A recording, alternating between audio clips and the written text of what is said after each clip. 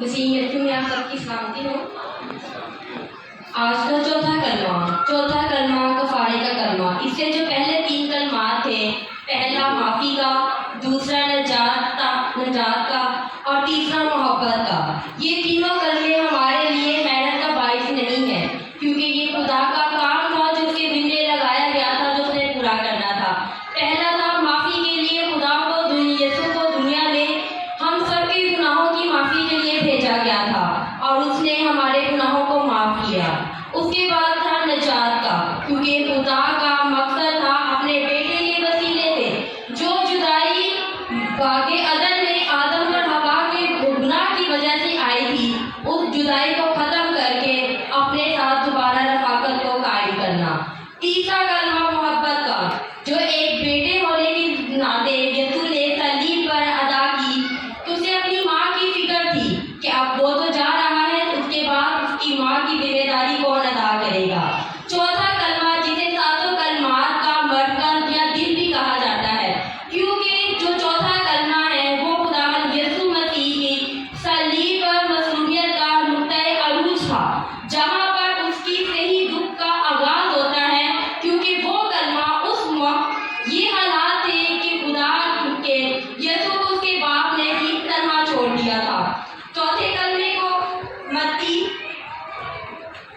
متی کی انجیل اس کا 27 باب 45 سے 46 آیت میں اس طرح سے لکھا گیا ہے، اور دوپہر سے لے کر تیسرے پہر تک تمام ملک میں اندھیرا چھایا رہا، اور تیسرے پہر کے قریب یسوع نے بڑی آواز سے چلا کر کہا، ایلی ایلی لما شبقتنی، یعنی اے میرے خدا تو نے مجھے کیوں چھوڑ دیا۔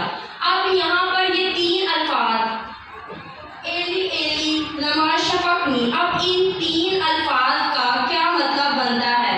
پہلا ایلی، یہ زبان کا نقطۂ عروج ہے، جس کا مطلب ہے خدا، سچائی، صداقت، مضبوط، بزرگ، حق تعالیٰ جو لامحدود طاقتوں کا مالک ہوتا ہے۔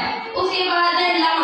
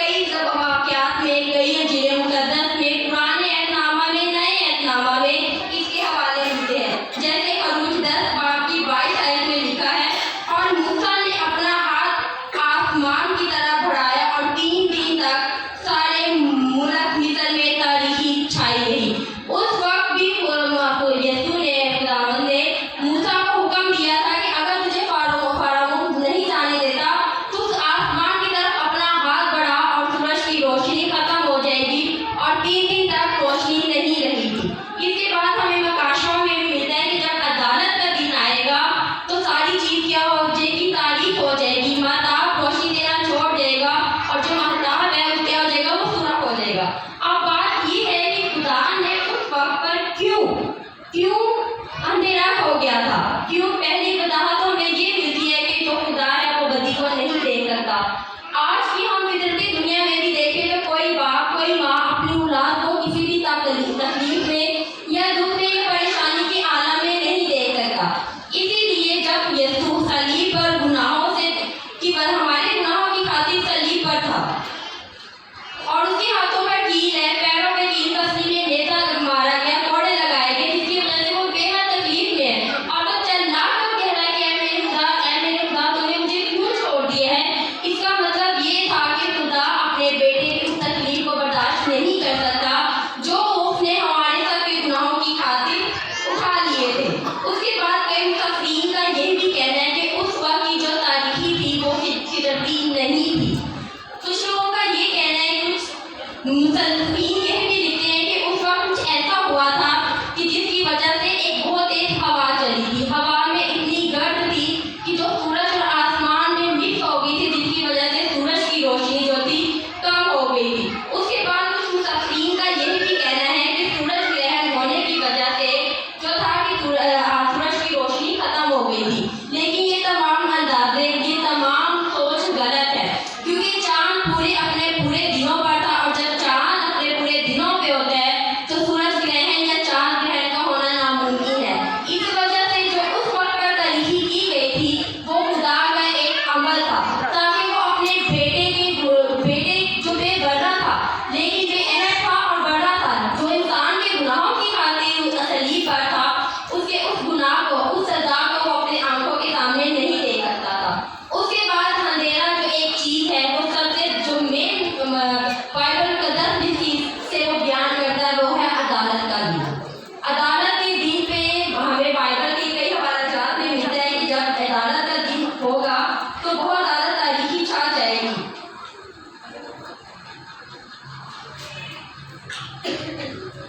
تاریخی ہو جائے گی، جیسے کہ مکاشفہ میں بھی ہمیں اس کے حوالہ ملتا ہے کہ جب عدالت کا دن ہوگا تو سورج جو ہے وہ اپنی روشنی دینا چھوڑ دے گا، جو مہتاب ہے، جو چاند ہے، وہ سرخ ہو جائے گا، خون ہو جائے گا۔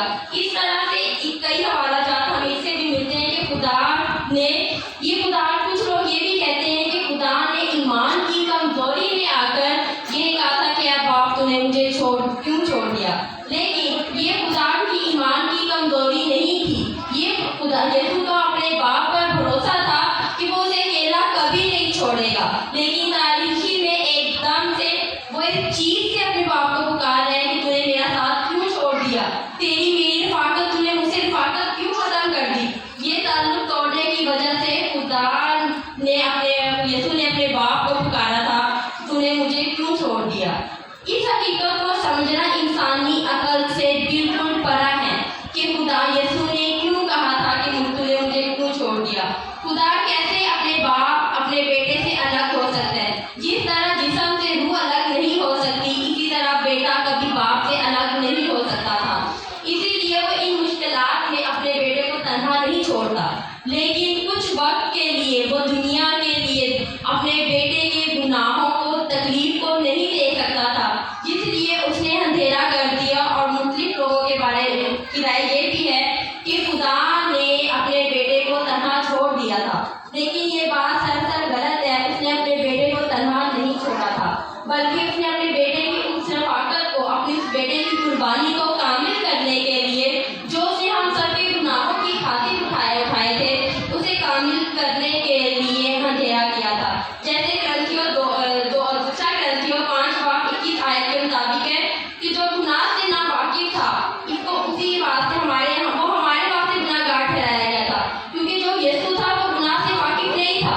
اس نے اپنی زندگی میں کوئی ایسا گناہ نہیں کیا تھا کہ جس کی خاطر اسے سزا دی جاتی۔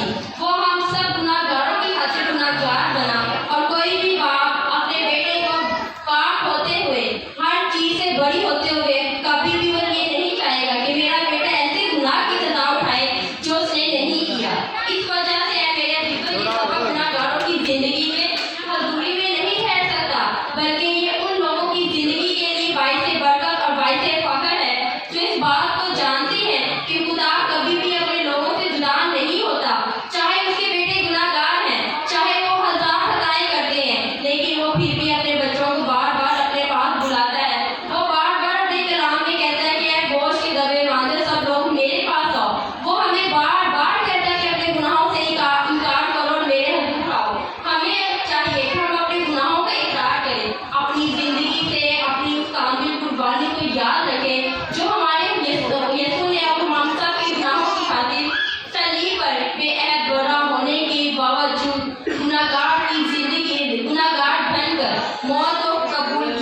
اس لیے خدا نے اس چیز کو، اس بات کو پکارا تھا کہ اے باپ تو نے مجھے کیوں چھوڑ دیا ہے۔ میں آپ سب کو اس بات کے لیے دعوت دیتی ہوں کہ خدا کی قابل قربانی کو ہم سب اپنی زندگیوں میں قبول کریں اور اپنے گناہ کی موجودگی کی وجہ سے ہمیشہ ہمیشہ کی خدا کی نظروں سے دور نہ ہو جائیں، کیونکہ خدا گناہ کو پسند نہیں کرتا، لیکن وہ گناہ گاروں کو بار بار اپنے پاس بلاتا ہے اور کہتا ہے کہ اے گناہ گاروں میرے پاس آؤ، کیونکہ میں نے اپنے بیٹے کی قابل قربانی دے کر تمہارے گناہوں کو معاف کی ہے۔ اس کی قربانی کو یاد کرو اور اپنے گناہوں سے انکار کر کے، اپنی بدی کا انکار کر کے میرے حضور میرے پاس واپس آ جاؤ۔ خدا کا پاک کلام پڑھو، سنا جانا ہم سب کے لیے باعث ہے۔